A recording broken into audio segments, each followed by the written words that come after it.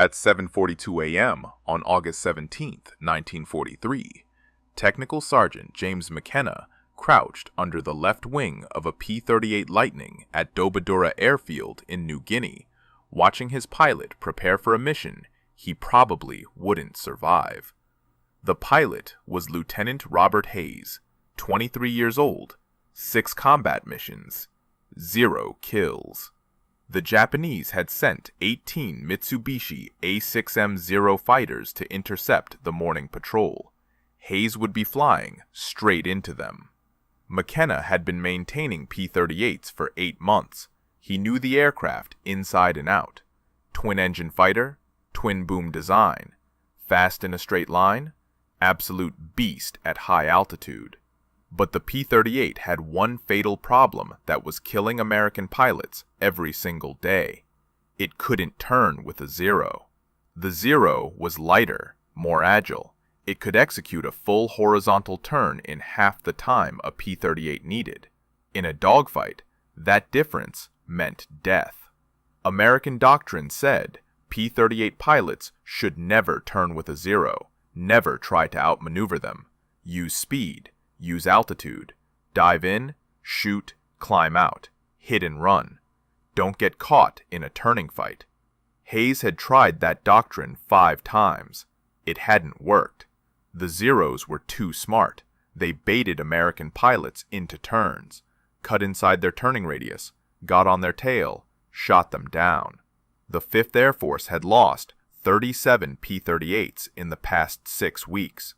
Most were shot down after being caught in turning engagements they couldn't escape. McKenna had watched too many pilots die. Good men. Kids, really. They climbed into their P-38s with confidence and came back in boxes, or didn't come back at all. The training manual said the problem was pilot error. The instructors said these pilots weren't following doctrine, but McKenna knew better. The problem wasn't the pilots. It was the control cables. The P-38's aileron control cables ran through the twin booms to the tail section, then forward through pulleys to the wing control surfaces. The cable system had slack. Not much, maybe 3/8 of an inch at full deflection. But that tiny bit of slack created a delay between stick movement and aileron response. At high speeds, it didn't matter. At low speeds, during hard turning maneuvers, that fraction of a second delay was the difference between rolling inside a Zero's turn and getting shot down. McKenna had mentioned this to the engineering officer 2 months ago. The officer said the cable tension was within specifications. Factory tolerances allowed for that slack. Changing it would void the aircraft warranty. Besides, no field mechanic had authorization to modify flight control systems. That required engineering approval from Lockheed, and Lockheed was 7,000 miles away in California.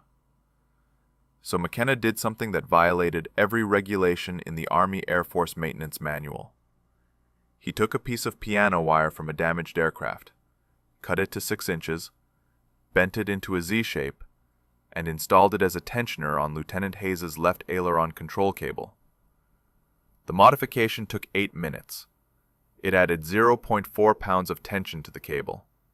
It eliminated the slack completely. Nobody noticed. The inspection crew didn't check cable tension that morning. They were focused on engine oil levels and ammunition loads. McKenna said nothing. He watched Hayes taxi to the runway, watched him take off, watched the P-38 disappear into the morning sky toward the Japanese fighters.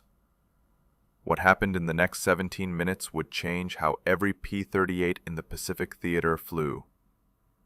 The first pilot McKenna lost to a Zero was Lieutenant David Chen, July 9, 1943. Chen had been in theater for 3 weeks. McKenna had worked on his aircraft every morning. They talked about California. Chen was from Sacramento. McKenna was from Long Beach. They had both worked on cars before the war. Chen took off at 06:15 on a fighter sweep over Leh. He came back 2 hours later with 3 bullet holes in his left boom and a story about a Zero that had gotten inside his turn. Chen said he tried to roll out and dive away like the manual said, but the airplane felt slow to respond. like there was a delay between when he moved the stick and when the aircraft actually rolled. The Zero almost got him. Only thing that saved him was his wingman shooting the Zero off his tail. McKenna looked at the bullet holes. They were in a tight group. Perfect deflection shooting. The Zero pilot had led Chen perfectly, had anticipated exactly where Chen's airplane would be. That shouldn't have been possible if Chen had rolled hard and dove immediately. Unless the airplane had delayed just long enough for the Zero to get the lead right. Chen didn't fly again. His aircraft went back to the depot for repairs. McKenna never saw him again. 3 weeks later, he heard Chen had been killed flying a different P-38 over Rabaul. Same story. Caught in a turning fight. Couldn't roll out fast enough. The second pilot was Captain William Morrison. Morrison was a flight leader. Experienced. 11 kills. He knew the P-38 inside and out. Knew its limitations. Flew smart. On August 3rd, Morrison's flight intercepted 8 Zeros at 12,000 feet over Oro Bay. Morrison got 1 Zero on the first pass, came around for another run, 2 Zeros reversed on him. McKenna heard the radio traffic afterward. Morrison tried to roll inverted and split S away, called out that his controls felt mushy. The Zeros stayed with him through the maneuver, shot him down at 4,000 feet. Morrison's wingman said it looked like Morrison's airplane wasn't responding fast enough, like he was fighting the controls. Morrison died in the crash. Morrison's crew chief was a friend of McKenna's, a guy named Rodriguez from Texas. Rodriguez was convinced there was something wrong with Morrison's aircraft. He checked everything after they recovered the wreckage. Engine settings, control surface rigging, cable tensions. Everything was within spec. Nothing wrong with the airplane. The official report said pilot error. Rodriguez didn't believe it. Neither did McKenna. By mid-August, McKenna had watched 17 pilots die. Some he knew well. Most he'd only met briefly while doing pre-flight checks. But he'd worked on all their aircraft, had signed off their maintenance logs, had watched them taxi out, watched them take off. Some came back, some didn't. The ones who came back told the same story. The P-38 felt slow to respond in hard maneuvering, like there was a slight lag between control input and aircraft reaction. Most pilots thought that was just how the airplane handled. Heavy fighter, big control surfaces. Some delay was expected. But McKenna knew that wasn't normal. He'd felt that delay with his own hands when he worked on the control cables, that tiny bit of slack in the system. He started paying attention to the sound the cables made when he tensioned them during maintenance. There was a specific tone, a sort of low twang when you plucked them. Loose cables sounded different than tight cables. McKenna could hear the difference. Every P-38 on the line had cables that sounded slightly loose, within spec, but loose. He mentioned this to Rodriguez one evening after Morrison died. Rodriguez asked what could be done about it. McKenna said, nothing official. But unofficially there was a solution. It just required breaking regulations that could get them both court-martialed. The problem wasn't that American pilots didn't know what to do. They knew. Every briefing emphasized it. Every training flight drilled it. Never turn with a Zero. Use speed. Use altitude. Hit and run. The doctrine was clear. The problem was that combat didn't follow doctrine. Lieutenant Robert Hayes had been in New Guinea for 2 months. 23 years old. Farm kid from Iowa. He'd flown 6 combat missions and had 0 kills. Not because he was a bad pilot, because he followed the rules. And the rules kept putting him in positions where he couldn't get a shot. On his 3rd mission, Hayes dove on a Zero from altitude. Built up speed to 400 miles per hour. Came in from the sun like the manual said. Got the Zero in his gun sight. Started to pull lead for deflection. The Zero snap-rolled left and dove. Hayes tried to follow. His P-38 rolled into the turn but felt like it was moving through mud. By the time his aircraft pointed where he wanted it, the Zero was gone. Hayes pulled out, climbed back to altitude. No shot fired. 4th mission was worse. Hayes and his wingman jumped 2 Zeros at 15,000 feet. Hayes got the first burst off. Missed. The Zero reversed hard right. Hayes rolled to follow. His wingman called out 2 more Zeros coming in from above. Hayes tried to roll back level and dive away. The airplane responded, but slowly. just slowly enough that one of the diving Zeros got a 3-second burst into Hayes' right boom. 20mm cannon shells. They didn't penetrate, but they scared Hayes badly enough that he broke off the engagement and ran for home with his engine smoking. Fifth mission, Hayes watched his wingman die. The wingman's name was Lieutenant Thomas Parker, 21 years old, Boston. They'd gone through training together. On August 14th, Parker got separated from the formation during a dogfight over Finchhofen. 2 Zeros got on his tail. Parker tried everything. Rolled hard, reversed, tried to scissor. The Zeros stayed with him through every maneuver. Hayes heard Parker on the radio calling for help, heard the panic in his voice, heard him say his airplane wasn't turning fast enough, heard the gunfire, heard Parker scream. Then nothing. Hayes didn't sleep that night. Neither did most of the squadron. Parker's bed stayed empty. His personal effects got packed up and shipped home. His P-38 was written off as combat loss. The maintenance log noted no mechanical issues. The official cause was pilot error during defensive maneuvering.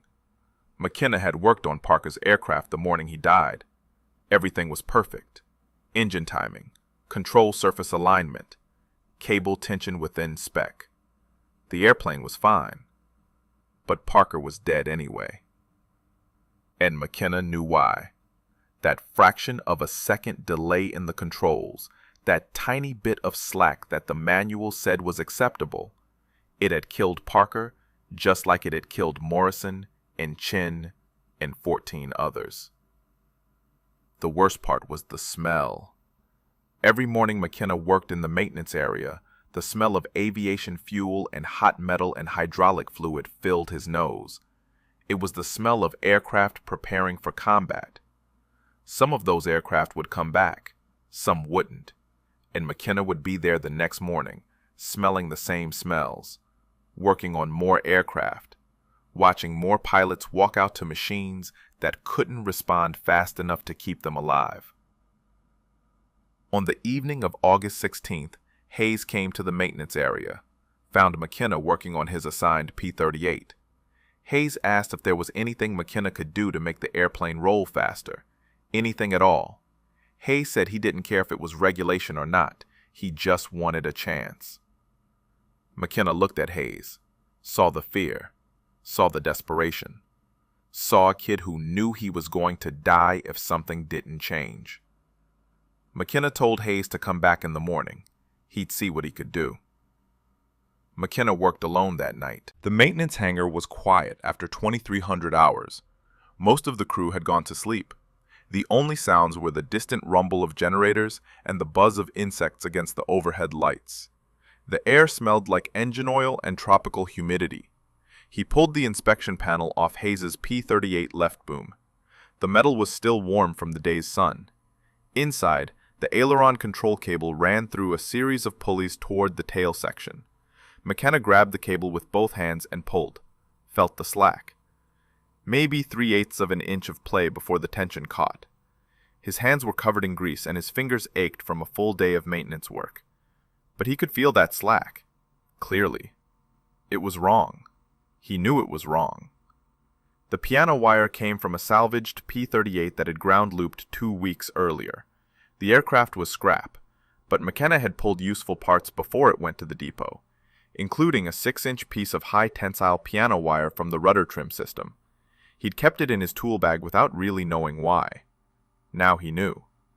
He sat on the hangar floor with the wire and a pair of pliers, bent it into a Z shape. The wire was stiff, fought back against the pliers. His hands slipped twice. Cut his thumb on the second try. The blood made the wire slippery. He wiped it on his coveralls and kept working. Took him 8 minutes to get the bend right. The Z-shape would act as an inline tensioner, would add just enough preload to the cable to eliminate the slack. Installing it was harder. The space inside the boom was tight. McKenna had to work with one hand while holding a flashlight with the other. The beam kept moving. Shadows jumped across the cable system. His shoulder wedged against the boom structure. The metal edge cut into his arm. He could feel sweat running down his back despite the night air. He disconnected the cable at the pulley junction. His fingers fumbled with the clevis pin. Dropped it. Heard it bounce somewhere in the boom. Spent 5 minutes feeling around in the dark until he found it. The whole time his heart was pounding. If the engineering officer found him doing unauthorized modifications to a flight control system, he'd face a court-martial, possibly a dishonorable discharge, maybe prison time. But Hayes was going to die if McKenna didn't do something. He inserted the piano wire tensioner between the cable end and the pulley, reconnected the cable. The fit was tight. He had to force the clevis pin through. When it finally seated, he tested the tension by hand, pulled on the cable. No slack. The control surface moved immediately. Perfect. McKenna replaced the inspection panel, cleaned up his tools, wiped the blood off the wire and his hands. Walked out of the hangar at 01:15. The tropical night was humid and still.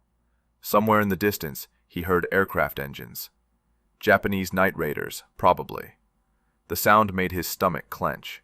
He'd just modified a flight control system without authorization, used a non-standard part, violated at least a dozen regulations. If the modification failed during flight, Hayes would crash, and McKenna would be responsible. But if it worked, Hayes might live. McKenna went to his bunk, didn't sleep, watched the ceiling until dawn. At 06:30, he walked to the flight line, watched the crew fuel and arm Hayes's aircraft, watched Hayes walk out for his pre-flight briefing, watched him climb into the cockpit.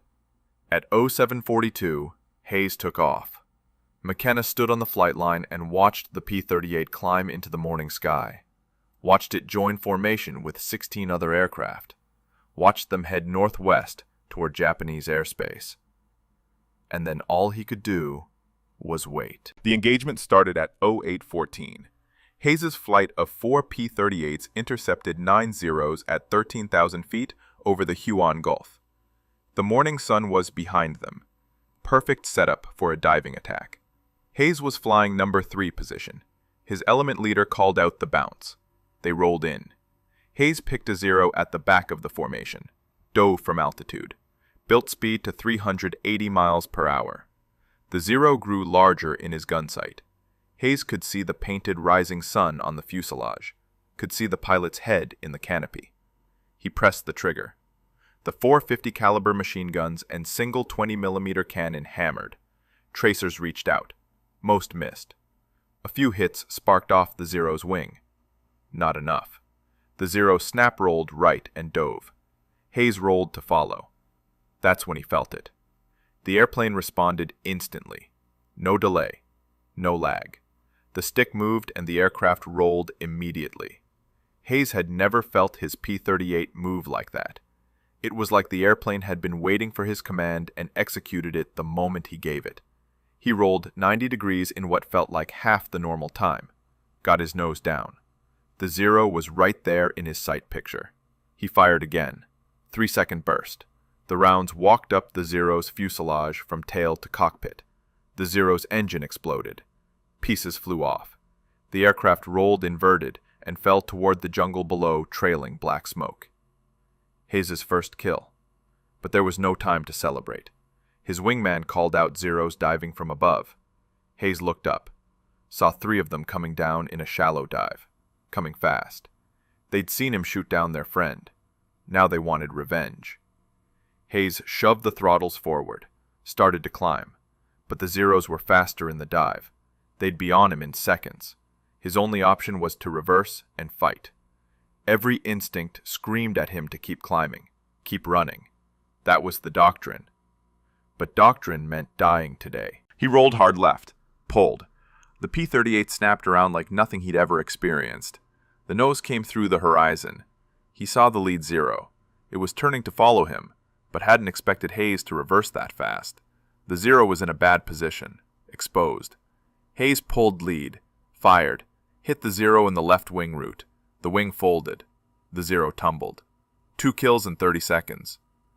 The other 2 Zeros tried to scissor with him, alternating turns to force an overshoot. Hayes stayed with them. Every time they reversed direction, his P-38 snapped into the turn instantly. No delay, no fighting the controls. The airplane did exactly what he wanted the moment he wanted it. It was like flying a different aircraft, like someone had removed invisible weights from the control system. 1-0 made a mistake. Reversed too hard, bled too much speed. Hayes got inside his turn. Close range, maybe 200 feet. He fired. Couldn't miss. The 0 came apart. Pieces of aircraft fell past Hayes' canopy. He felt the P-38 shudder as debris hit his right boom. 3 kills. The fourth 0 ran. Hayes didn't chase. He was low on fuel and ammunition. He climbed back to altitude, reformed with what was left of his flight. They headed home. The entire engagement lasted 7 minutes. When Hayes landed at Dobodura at 09:03, McKenna was waiting on the flight line. Hayes shut down the engines, climbed out of the cockpit. His hands were shaking. His flight suit was soaked with sweat. He walked straight to McKenna. Hayes said 2 words. It worked. What neither of them realized was that 6 other pilots had watched Hayes' engagement from altitude. Captain Frank Mitchell saw the entire fight from 15,000 feet. Mitchell was a flight leader in the 475th Fighter Group. He'd been watching Hayes' element engage the Zeros below when he noticed something unusual. Hayes' P-38 was rolling faster than any Lightning Mitchell had ever seen. The aircraft snapped through maneuvers like it weighed half what it should. Mitchell knew every pilot in the theater, knew their skill levels. Hayes was good, but not that good. Something was different about his airplane. After landing, Mitchell found Hayes in the debriefing room. Hayes was still amped up on adrenaline, hands shaking as he filled out the combat report. 3 confirmed kills. Mitchell asked him what was different. Hayes said he didn't know. His airplane just responded better today, faster. Mitchell asked if maintenance had done anything to the aircraft. Hayes said he should talk to Technical Sergeant McKenna. Mitchell found McKenna in the maintenance area 2 hours later. McKenna was working on a different P-38. His hands were black with grease. His coveralls were stained with hydraulic fluid. Mitchell asked him directly, "What did you do to Hayes' airplane?" McKenna looked at him for a long moment, then told him, "The piano wire tensioner, the cable modification, the unauthorized change to the flight control system." Mitchell listened without interrupting. When McKenna finished, Mitchell asked if he could do the same modification to Mitchell's aircraft. McKenna said yes, but Mitchell had to understand the risks. The modification wasn't approved, wasn't tested. If something went wrong, both of them would face charges. Mitchell said he didn't care. He'd lost 4 pilots in his flight in the past month, all caught in turning fights they couldn't escape. If there was something that could help them survive, he wanted it. Regulations could wait. That evening, McKenna modified Mitchell's P-38. Same piano wire tensioner, same installation method. Mitchell flew it the next morning, came back raving about the improvement. The airplane rolled like a fighter instead of a truck, he told his wingman. The wingman told McKenna he wanted the modification too. By August 20th, McKenna had modified 9 aircraft. Word spread through the squadron. Pilots started asking their crew chiefs if they'd heard about the cable modification. Some crew chiefs refused, said it was against regulations. Others were willing to try. McKenna showed them how. Cut the piano wire, bend it into a Z shape, install it as an inline tensioner. Takes 8 minutes, changes everything. The modification spread pilot to pilot and mechanic to mechanic. No official documentation, no engineering approval, just whispered conversations in the ready room and maintenance area. Hayes shot down 2 more Zeros on August 22nd using the modified controls. Mitchell got 3 on August 25th. Other pilots started coming back from missions with kills. The statistics were impossible to ignore. Lieutenant James Watkins was a crew chief with the 49th Fighter Group stationed at Guinea. He heard about the modification from a pilot who'd transferred from Dobodura. Watkins was skeptical, but he tried it on 1 aircraft. The pilot came back from the next mission with his first kill after 8 weeks of combat. Watkins modified 4 more aircraft. Other crew chiefs in the 49th started doing it too. By early September, maybe 40 P-38s in New Guinea had the modification. The engineering officer at Dobodura noticed something was different, but couldn't figure out what. Control cable tensions checked out during inspections, because the crew chiefs removed the tensioners before inspections and reinstalled them afterward. The pilots knew. The mechanics knew. Nobody told the officers. The kill ratio started shifting. In July, American pilots in the Southwest Pacific lost 2 P-38s for every 0 destroyed. In August, it was 1.3 to 1. By September, it was nearly even. Something had changed, but officially, nobody knew what. Then the Japanese noticed. Japanese fighter pilots first reported the change in late August. Flight reports from the 11th Air Fleet mentioned that American P-38s were maneuvering more aggressively, rolling faster into turns, reversing direction more quickly.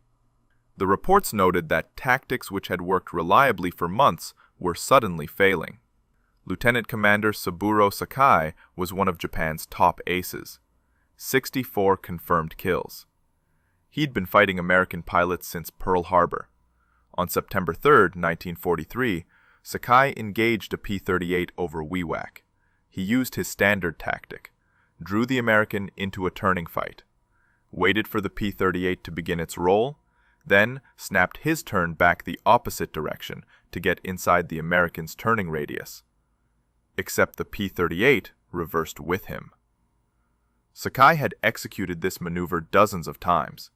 He knew exactly how long it took a P-38 to roll, knew the timing perfectly.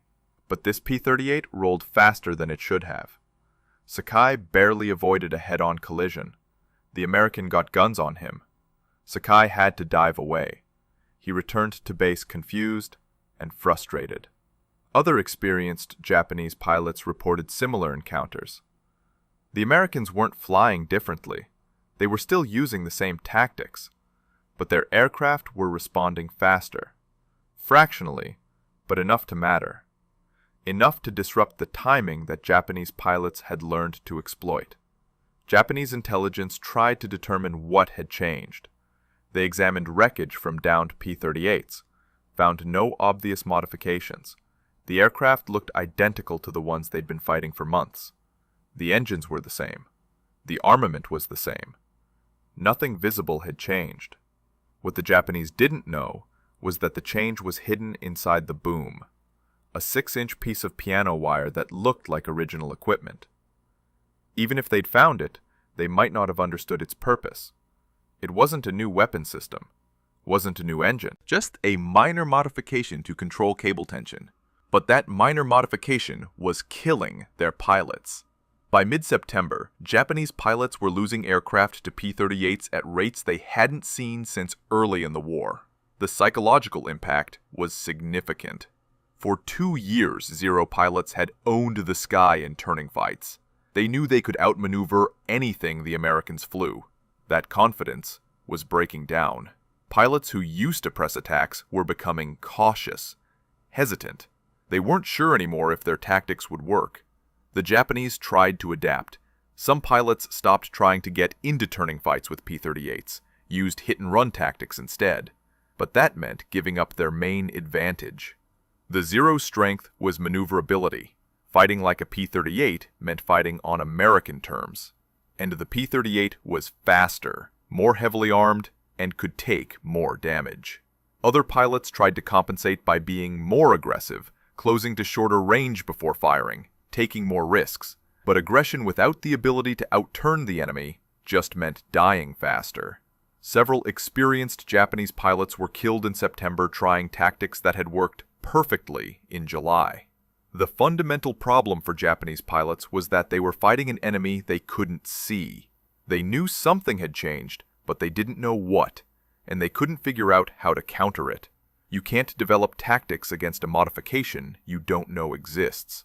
By the end of September, the 11th Air Fleet had lost 38 fighters in combat with P-38s. American losses in the same period were 22 aircraft.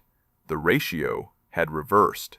For the first time in the Pacific War, P-38s were killing Zeros at a better than 1-to-1 rate. Japanese command ordered pilots to avoid engaging P-38s unless they had significant numerical advantage. That order marked a turning point.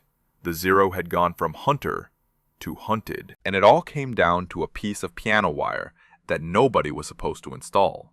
The modification never became official during the war. The Army Air Force Engineering Command learned about it in October 1943, when a maintenance inspector at Dobodura noticed inconsistent cable tension readings. He traced the discrepancies to the piano wire tensioners, wrote a report, sent it up the chain of command. The report sat on desks for 3 weeks, while officers debated what to do. The modification violated regulations, but it was working. Fighter squadrons using the modification had measurably better kill ratios. Pilots were surviving. The question wasn't whether the modification helped.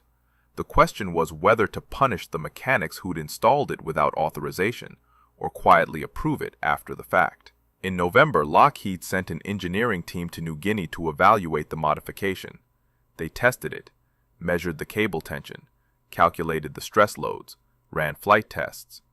Their conclusion was that the modification was safe and effective. It should have been part of the original design. Lockheed integrated a similar tensioning system into the P-38J model that entered production in December 1943, but McKenna never received official credit. No commendation, no medal, no mention in any report. The official Lockheed documentation attributed the control system improvement to engineering analysis. McKenna's name didn't appear anywhere. Hayes survived the war.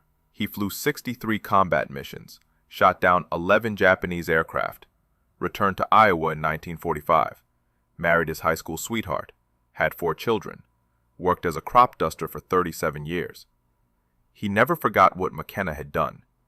Every year on August 17th, Hayes called McKenna to thank him for saving his life. Mitchell also survived. He became a squadron commander, led his unit through the Philippines campaign, shot down 16 aircraft. After the war, he stayed in the Air Force, retired as a colonel in 1963. He told the story of McKenna's modification to every young maintenance officer he supervised, made sure they understood that sometimes the best solutions come from enlisted mechanics who see problems the engineers miss. McKenna stayed in the Army Air Force until 1946, returned to California, went back to working on cars, opened his own garage in Long Beach in 1948. He worked on engines for 42 years. Never talked much about the war. When people asked, he'd say he was a mechanic, fixed airplanes, that's all. In 1991, a military historian researching P-38 modifications found references to the piano wire tensioner in maintenance logs from New Guinea. The historian tracked down McKenna through veteran registries. McKenna was 73 years old by then, still working part-time in his garage. The historian asked him about the modification. McKenna confirmed the story, said it wasn't anything special, just something that needed doing. The historian estimated that the modification may have saved between 80 and 100 American pilots' lives based on survival rate improvements in squadrons that used it. McKenna said he never counted. He just remembered the pilots who came back. Hayes, Mitchell, Watkins, the others. That was enough. James McKenna died in 2006 at age 88. He was buried in Pacific View Memorial Park in California. His obituary mentioned his service in World War II as an aircraft mechanic. It did not mention the piano wire tensioner. Did not mention that he'd changed how American fighters flew. Did not mention that he'd broken regulations to save lives. His garage in Long Beach is still there. Different owner now. But on the wall in the back office, there's a faded photograph. A young mechanic in coveralls standing next to a P-38 Lightning. The date written on the back is August 1943, New Guinea. That's how innovation actually happens in war. Not through official channels or engineering committees. Through sergeants and mechanics who see problems, find solutions, and don't wait for permission to save lives. If you found this story as compelling as we did, please take a moment to like this video. It helps us share more forgotten stories from the Second World War. Subscribe to stay connected with these untold histories. Each one matters. Each one deserves to be remembered. And we'd love to hear from you. Leave a comment below telling us where you're watching from. Our community spans from Texas to Tasmania, from veterans to history enthusiasts. You're part of something special here. Thank you for watching, and thank you for keeping these stories alive.